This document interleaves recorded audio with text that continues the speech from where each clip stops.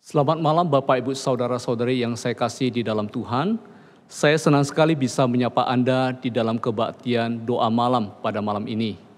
Saya mengajak kita untuk membaca satu bagian firman Tuhan yang diambil dari Amsal pasal 15 ayat 13 hingga 17, tetapi fokus renungan kita pada malam ini adalah ayat 16 dan 17. Amsal 15 ayat 13 dan 17. Jikalau memungkinkan, saya mengajak kita untuk berdiri di dalam pembacaan firman Tuhan. Saya akan bacakan buat kita semua, yaitu Amsal 15 ayat 13 hingga 17, kemudian kita membaca kembali ayat 16 dan 17. Amsal 15 ayat 13. Hati yang gembira membuat muka berseri-seri, tetapi kepedihan hati mematahkan semangat. Hati orang berpengertian mencari pengetahuan, tetapi mulut orang bebal sibuk dengan kebodohan. Hari orang berkesusahan buruk semuanya, tetapi orang yang gembira hatinya selalu berpesta. 16. Lebih baik sedikit barang dengan disertai takut akan Tuhan daripada banyak harta dengan disertai kecemasan. 17. Lebih baik sepiring sayur dengan kasih daripada lembu tambun dengan kebencian. Saya ulangi ayat 16. Lebih baik sedikit barang dengan disertai takut akan Tuhan daripada banyak harta dengan disertai kecemasan. Lebih baik sepiring sayur dengan kasih daripada lembu tambun dengan kebencian. Demikianlah firman Tuhan, bersama-sama kita katakan segala puji syukur kepada Allah. Jemaat dipersilakan duduk kembali. Saya mengajak kita masuk di dalam doa. Bapa kami di surga, kami bersyukur diberikan kesempatan lagi untuk mendengar renungan yang diambil dari kitab Amsal. Setiap Rabu malam, kami belajar akan hikmat Tuhan. Biarlah setiap kami, setiap jemaat yang mengikuti dengan setia, hati kami diubah oleh Tuhan. Dan kami menjadi bijaksana menjalani kehidupan di muka bumi ini. Pembacaan sudah kami sampaikan, biarlah kami bawa renungan kami pada malam ini. Minta Tuhan berkati dan sertai, dan renungan kami menjadi perkenanan di hati Tuhan. Tolonglah hamba-Mu yang terbatas, tolonglah setiap kami, telinga kami dilayakkan untuk mengerti. Dan bukan hanya untuk mengerti, tetapi kami dimampukan untuk jalani kehidupan yang penuh dengan kemenangan. Besertalah di dalam jam pemberitaan firman Tuhan ini. Demi nama Tuhan Yesus kami berdoa. Amin. Lebih baik daripada. Tema kita pada ibadah ini adalah sesuatu yang lebih baik. Lebih baik sedikit barang dengan disertai takut akan Tuhan. Lebih baik sepiring sayur dengan kasih daripada lembu tambun dengan kebencian. Kita bersama-sama telah mengikuti renungan dari Amsal, pasal demi pasal. Dan saya kira percaya kita telah banyak belajar tentang hikmat dan percaya kita telah menjadi lebih bijaksana. Bagian Amsal ini mengajarkan kepada kita dan mengingatkan kita sekali lagi tentang betapa pentingnya untuk menjaga hati. Betapa pentingnya memiliki hati yang gembira. Hati yang gembira adalah hati orang berpengertian yang mencari pengetahuan. Dan Amsal mengatakan permulaan pengetahuan itu adalah takut akan Tuhan. Hati yang gembira membuat muka berseri-seri. Atau di dalam terjemahan asli, hati yang gembira itu menjadikan wajah kita itu baik atau bagus. Nah, kata baik di dalam kalimat hati yang gembira membuat wajah itu baik atau bagus menghubungkan kata baik ini dengan kata lebih baik. Di dalam ayat 16 dan 17. Melalui Amsal ini, Tuhan yang berlimpah kasih setia menginginkan kita memiliki hati yang gembira. Hati yang gembira adalah obat. Pertanyaan adalah bagaimana kita bisa memiliki hati yang gembira? Apakah mungkin kita dapat memiliki hati yang gembira sekalipun hari-hari kita adalah hari-hari yang penuh dengan kesusahan, yang penuh dengan pergumulan? Amsal bagian ini memberitahukan kepada kita bahwa hati yang bergembira, yang memperindah wajah, tidaklah bergantung pada kekayaan, tidaklah bergantung pada kesehatan, tetapi kemenangan setiap hari atas segala pergumulan dan kesusahan. Pertanyaan, bagaimana kondisi hati kita? Kondisi hati kita mempengaruhi perkataan kita, mempengaruhi tindak tanduk kita, mempengaruhi keputusan kita, dan mempengaruhi kondisi sekitar kita. Seorang pastor Kanada yang telah meninggal dunia bernama Oswald Jeffrey Smith. Dia memiliki semangat penginjilan, mengatakan sebuah kalimat yang begitu tepat namun mudah diingat tentang kondisi hati manusia. Dalam bahasa Inggris dikatakan, the heart of the human problem is the problem of the human heart. Artinya, hati atau secara metafora itu berarti pusat daripada permasalahan manusia adalah masalah di dalam hati manusia. Perkataan lebih baik, yaitu di dalam ayat 16 dan ayat 17 pasal 15. Amsal bagian ini dikategorikan oleh beberapa sarjana Alkitab sebagai amsal yang pertama yang menggunakan perkataan lebih baik. Meskipun kalau kita membaca amsal ini di awal-awal ada juga amsal yang memakai perkataan lebih baik. Tetapi di sini perkataan lebih baik daripada itu adalah salah satu ciri khas dari literatur kitab hikmat. Beberapa contoh amsal yang mempergunakan perkataan lebih baik daripada. Amsal 16:8, lebih baik penghasilan sedikit disertai kebenaran daripada penghasilan banyak tanpa keadilan. Kemudian Amsal 16 ayat 19, lebih baik merendahkan diri dengan orang yang rendah hati daripada membagi rampasan dengan orang congkak. Amsal 17 ayat 1, lebih baik sekerat roti yang kering disertai dengan ketentraman daripada makanan daging serumah disertai dengan perbantahan. Amsal 19 ayat 1, lebih baik seorang miskin yang bersih kelakuannya daripada seorang yang serong bibirnya lagi bebal. Amsal 28 ayat 6, lebih baik orang miskin yang bersih kelakuannya daripada orang yang berliku-liku jalannya sekalipun ia kaya. Pertanyaan adalah mengapa ada amsal menggunakan perkataan lebih baik daripada? Perkataan lebih baik daripada adalah sebuah perbandingan dari benda-benda yang berbeda, tetapi ada bagian yang hampir sama untuk kita menentukan mana yang lebih baik menimbang mana yang baik. Dan perbedaan itu terletak di dalam hubungannya dengan kualitas ataupun kuantitas di dalam jenis barang yang sama atau hampir sama. Ayat 16, lebih baik sedikit barang dengan disertai takut akan Tuhan daripada banyak harta dengan disertai kecemasan. Sedikit barang dan banyak harta adalah tentang jumlah barang atau harta yang dimiliki. Kemudian takut akan Tuhan dan kecemasan itu adalah kondisi internal, kondisi di dalam hati kita, kondisi kerohanian kita. Perhatikan ayat 17 dikatakan lebih baik sepiring sayur dengan kasih daripada lembu tambun dengan kebencian. Nah, sepiring sayur dan lembu tambun itu adalah hidangan makanan. Perbedaan itu di dalam kualitas dan kuantitas. Ada perbedaan kuantitas, ya. Kita lihat bagian kecil dari seekor lembu tambun pun tetap lebih besar daripada sebuah piring. Ada perbedaan kualitas, yaitu apa? Sayur itu adalah makanan sederhana, sedangkan lembu tambun itu adalah makanan mewah. Kemudian ada padanan kata, yaitu kasih dan kebencian. Kasih dan kebencian itu adalah ungkapan, ekspresi atau tindakan yang keluar dari dalam kita yang menunjukkan kondisi internal hati kita. Lebih baik daripada. Penulis Amsal yaitu Salomo, dia adalah seorang raja yang sangat bijak, memakai pola perbandingan atau relatif untuk mengajarkan, untuk memberikan nasihat kepada audiensnya, terutama audiensnya itu adalah anak-anak muda. Mengapa di dalam bahasa perbandingan?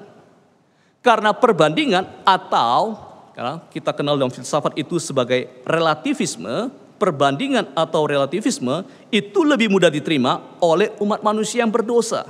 Mengapa?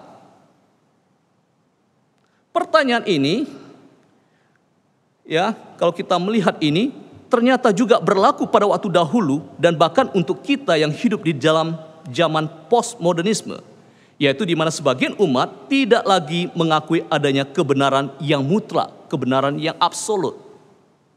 Mereka mengklaim bahwa di dalam dunia ini tidak ada yang mutlak, tidak ada yang absolut, satu-satunya yang utama. Nah, ketika seseorang mengatakan di dalam dunia ini tidak ada yang mutlak, hal ini berarti dia telah memutlakkan bahwa di dalam dunia ini tidak ada yang mutlak. Pernyataan bahwasanya di dalam dunia ini tidak ada yang mutlak itu adalah pernyataan yang sudah ditaklukkan sendiri. Pernyataan itu tidak lagi menjadi kebenaran. Mereka yang menganut relativisme itu adalah mereka yang satu-satunya, mereka yang menolak satu-satunya penguasa, pencipta yang berdaulat dan berkuasa. Nah, kembali kepada pengertian relativisme, relativisme itu adalah penyangkalan adanya standar-standar yang mutlak di dalam etika. Sebagai contoh, hormatilah ayah dan ibumu. Di dalam kekristenan ini adalah salah satu hukum, salah satu keharusan. Tetapi bagi mereka yang menganut relativisme, mereka bisa berkata dan menasih kita, kamu itu lebih baik tinggal bersama dan menjaga orang tuamu yang sudah lanjut usia. Tetapi itu tidak menjadi sesuatu keharusan bagi kamu. Itulah yang kita amati apa yang terjadi di dunia barat. Amsal 15 ayat 16 dan 17 menggunakan perkataan lebih baik daripada. Itu adalah bahasa filsafat relativisme. Tetapi di dalam ayat 16 dan 17 ini, relativisme itu didasarkan pada kebenaran absolut. Apa itu? Di dalam perintah takut akan Tuhan ada kebenaran absolut. Kebenaran absolutnya adalah apa? Ada Tuhan, Allah pencipta langit dan bumi. Hari Minggu yang lalu kita sudah merenungkan Mazmur 139. Kita telah merenungkan ada Tuhan, ada Allah Maha Hadir, ada Allah Maha Tahu. Itulah kebenaran absolut. Kebenaran absolut yang kedua itu adalah kasih. Kasih yang absolut, yaitu kasih yang tidak egois sama sekali. Apakah ada kasih sama sekali yang tidak mementingkan diri sendiri di dalam dunia ini? Jawabannya ada. Itulah kasih yang dinyatakan oleh Allah di dalam Yesus Kristus. Allah mengasihi kita dengan mengorbankan anaknya. Oh, itulah kasih yang ajaib, kasih dari Golgota. Kemudian kita melihat Amsal 15 ayat 16 dan 17. Itu adalah Amsal yang mengajarkan kepada kita kebenaran. Kebenaran yang membentuk hati kita untuk tetap dapat memancarkan wajah yang baik sekalipun kita dalam kesusahan. Amsal ini memakai bahasa perbandingan, bahasa relatif. Tetapi ingat, di dalam bahasa relatif pun ini ada absolut, satu-satunya yang utama. Amsal ini dapat mengubah kita karena ada kebenaran firman Tuhan.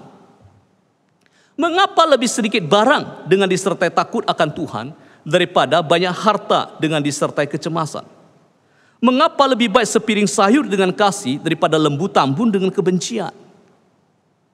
Saya mengajak kita untuk melihat aljabar, ya, matematika. Aljabar dari Amsal 15, 16 dan 17. Aljabar adalah ilmu matematika, hitung-hitungan dengan teori bilangan yang memakai simbol huruf-huruf. Perhatikan ayat 16.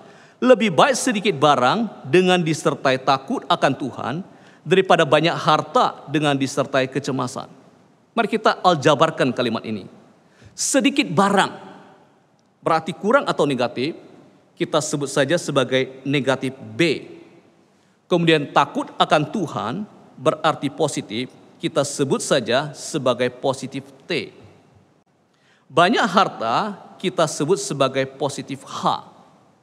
Kecemasan kita sebut sebagai negatif C atau cemas. Jadi minus B tambah T itu lebih besar daripada H kurang C. Sekali lagi saya ulang, minus B tambah T itu lebih besar daripada H kurang C. Mari kita sama-sama menganalisa bagian ini. Sedikit barang. Apa itu sedikit barang? Sedikit saja yang Bapak, Ibu, Saudara, dan saya miliki. Itu pun sedikit barang. Itu dapat berupa pakaian yang kita miliki, yang kita pakai. Hanya itu saja, itu pun sedikit barang. Banyak harta. Jumlahnya bisa tidak terhitung. Nilainya bisa dalam jutaan. Bisa di dalam miliar. Bisa juga di dalam triliun. Pokoknya banyak sekali harta. Sekarang kecemasan. Apakah itu kecemasan? Kecemasan itu adalah pergolakan di dalam hati dan pikiran kita. Dan kecemasan itu adalah kepanikan. Kecemasan terjadi di dalam batinnya kita, di dalam diri kita. Tetapi kecemasan itu bisa diekspresikan keluar dalam bentuk menyerang, dalam bentuk penyerangan atau menekan orang lain. Kalau kita melihat satu bagian di dalam Amos 3 ayat 9 dikatakan demikian. Berkumpullah di gunung-gunung dekat Samaria dan pandanglah kekacauan. Artinya adalah kecemasan. Pandanglah kekacauan atau kecemasan, kekacauan besar yang ada di tengah-tengahnya dan pemerasan yang ada di kota itu.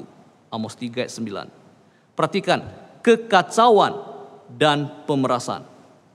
Kekacauan dan pemerasan. Kecemasan itu adalah kekacauan atau kegalauan di dalam diri kita.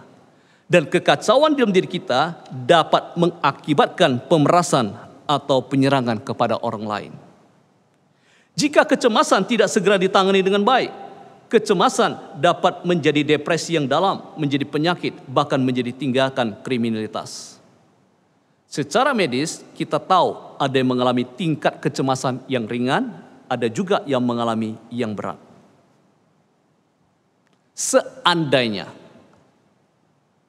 ini hanya pengandaian saja ya. Bagaimana jika kita memiliki harta yang sangat banyak, tetapi hanya ada sedikit kecemasan? Harta yang sangat banyak, tetapi sedikit sekali kecemasan. Apakah kondisi ini lebih baik daripada kondisi dengan sedikit barang dengan disertai takut akan Tuhan? Tidak. Harta yang sangat banyak dengan hanya sedikit saja kecemasan tidak akan lebih baik daripada sedikit barang dengan takut akan Tuhan. Inilah yang dimaksud oleh Amsal 15 ayat 16. Lebih baik sedikit barang dengan disertai takut akan Tuhan daripada banyak harta dengan disertai kecemasan. Minus B tambah T itu lebih besar daripada H kurang C. Artinya apa? Aljabar kalimat ini mengatakan bahwa kondisi hati yang takut akan Tuhan adalah nilai yang sangat besar sekali. Itu adalah bobot yang sangat dalam. Karena ada keabsolutan di dalam takut akan Tuhan. Takut akan Tuhan adalah hal yang paling utama. Mutlak sebagai umat Allah, kita harus memiliki hati yang takut akan Tuhan. Dan itulah tema utama kitab Amsal. Takut akan Tuhan adalah permulaan pengetahuan. Takut akan Tuhan adalah permulaan hikmat. Begitu besar upaya yang diberikan jika kita memiliki hati yang takut akan Tuhan. Amsal 10:27, takut akan Tuhan memperpanjang umur. Amsal 14 ayat 26, dalam takut akan Tuhan ada ketentraman yang besar, bahkan ada perlindungan bagi anak-anaknya. Amsal 14 ayat 27, takut akan Tuhan adalah sumber kehidupan, sehingga orang terhindar dari jerat maut. Amsal 15 ayat 23, takut akan Tuhan adalah didikan yang mendatangkan hikmat. Dan Amsal 16 ayat 6, dengan kasih dan kesetiaan kesalahan diampuni karena takut akan Tuhan orang menjauhi kejahatan. Dan terakhir Amsal 22 ayat 4, ganjaran kerendahan hati dan takut akan Tuhan itu adalah kekayaan, kehormatan, dan kehidupan. Jadi firman Tuhan mengatakan pada kita bahwa takut akan Tuhan memberikan kita kehidupan, kehormatan, kekayaan, ketentraman, dan kedamaian. Bukankah itu yang dicari oleh umat manusia? Tuhan Allah tahu, Tuhan Allah kita itu mengetahui apa yang menjadi kebutuhan manusia. Dari dulu sampai sekarang, Tuhan Allah menginginkan kita untuk takut kepadanya. Apakah artinya takut akan Tuhan? Bagaimana kita memiliki hati yang takut akan Tuhan? Firman Tuhan yang dicatat dalam Ulangan 10 ayat 12 mengatakan demikian. Maka sekarang hai orang Israel, apakah yang dimintakan daripadamu oleh Tuhan Allahmu selain dari takut akan Tuhan Allahmu? Hidup menurut segala jalan yang ditujukannya, mengasihi Dia, beribadah kepada Tuhan Allahmu dengan segenap hatimu dan dengan segenap jiwamu. Hidup menurut segala jalan yang ditujukannya. Mengasihi Dia, beribadah kepada Tuhan Allahmu dengan segenap hatimu dan segenap jiwamu. Mengapa kita harus takut akan Tuhan? Musa melanjutkan ayat 14 pasal 10 Ulangan.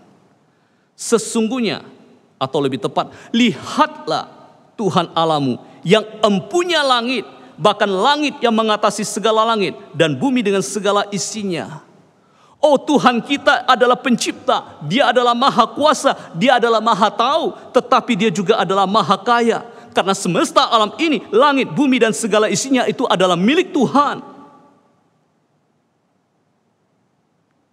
Ketika kita percaya dan bergantung pada Tuhan Allah, pencipta semesta alam, kita itu adalah anak Allah Bapa yang super kaya.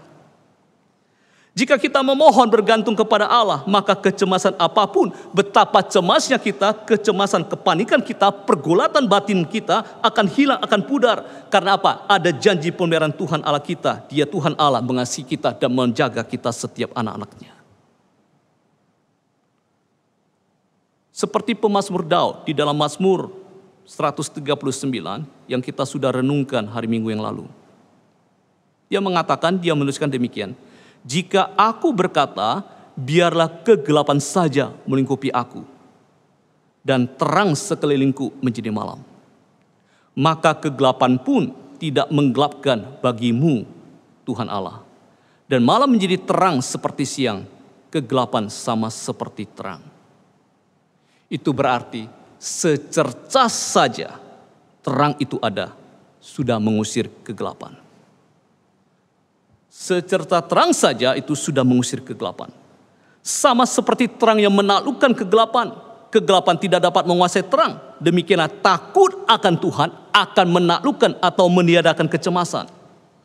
Amsal 15 ayat 17 senada dengan ayat 16. Lebih baik sepiring sayur dengan kasih daripada lembu tambun dengan kebencian. Ya, kita ingat kembali, lembu tambun itu adalah makanan yang sangat mewah, makanan yang mahal, yang dihidangkan di dalam sebuah pesta pada zaman itu. Kita mungkin masih ingat cerita bagaimana seorang bapak menyambut anaknya, anak yang berfoya-foya di negeri lain. Ya, dikatakan demikian setelah dia bertobat. Tetapi sang ayah itu berkata kepada hamba-hambanya, lekaslah bawa kemari jubah yang terbaik. Pakaikanlah itu kepadanya dan kenakanlah cincin pada jarinya dan sepatu pada kakinya. Dan ambillah anak lembu tambun itu, sembelilah dia, dan marilah kita makan dan bersukacita. Lembu tambun itu adalah makanan mewah pada waktu. Kita tidak dapat menikmati makanan mewah jika di dalam diri kita ada kebencian. Karena apa? Kita akan kehilangan sukacita, kita akan kehilangan damai sejahtera. Tetapi Tuhan mengasihi kita. Dia memberitahukan kepada kita melalui Amsal ini, Dia memberitahukan kita untuk menolong kita keluar dari kesukaran ini dan mendapatkan sukacita itu kembali. Bagaimana kita dapat menaklukkan kebencian? Hanya kasih. Kasih yang dari surga yang dapat mengusir kebencian itu. Saya setuju dengan perkataan seorang yang bernama Martin Luther King Jr. Dia mengatakan demikian. Kegelapan tidak dapat mengusir kegelapan. Hanya terang yang dapat melakukannya. Kebencian tidak dapat mengusir kebencian. Hanya kasih yang dapat melakukannya. Lebih baik sedikit barang dengan disertai takut akan Tuhan daripada banyak harta dengan disertai kecemasan. Lebih baik sepiring sayur dengan kasih daripada lembu tambun dengan kebencian. Dua ayat ini, ayat 16 dan 17, mengingatkan kita untuk memiliki kebenaran. Kebenaran absolut, kebenaran yang paling mendasar. Takut akan Tuhan mengingatkan kita untuk memiliki relasi yang intim dengan Tuhan Allah. Kasih atau mengasihi mengingatkan kita untuk memiliki relasi yang baik dengan sesama. Mengapa kita harus takut akan Tuhan dan mengasihi? Karena takut akan Tuhan akan mengusir kecemasan. Karena kasih mengusir kebencian. Takut akan Tuhan dan mengasihi adalah perintah. Tetapi perintah ini didasarkan atas kabar baik. Kabar baiknya adalah Tuhan tidak menghendaki kita mengalami kekacauan, mengalami kegalauan. Kekacauan dan kegalauan dapat membuat kita menderita. Sedikit saja kita punya hati yang takut akan Tuhan. Sedikit saja kita punya kasih, maka kita akan mengalami sukacita itu kembali dan kita akan dipulihkan.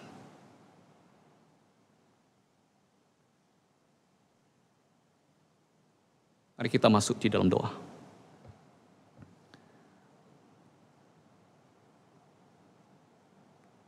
Bapa yang di surga, kami bersyukur Engkau mengingatkan kami untuk memiliki hati yang takut akan Tuhan dan hati yang mengasihi. Kami tahu Tuhan sangat baik kepada kami dan mengingatkan kami demi kebaikan kami. Kami rindu sekali hidup kami penuh kemenangan, hidup kami penuh sukacita, dan hidup kami penuh damai sejahtera. Di masa-masa yang tidak mudah ini, kami mau belajar takut akan Tuhan. Kami mau belajar tetap bisa mengasihi. Tolonglah kami. Tolonglah setiap kami. Demi nama Tuhan Yesus, kami berdoa. Amin. Sampai di sini ibadah kebaktian doa. Saat teduh, Tuhan memberkati.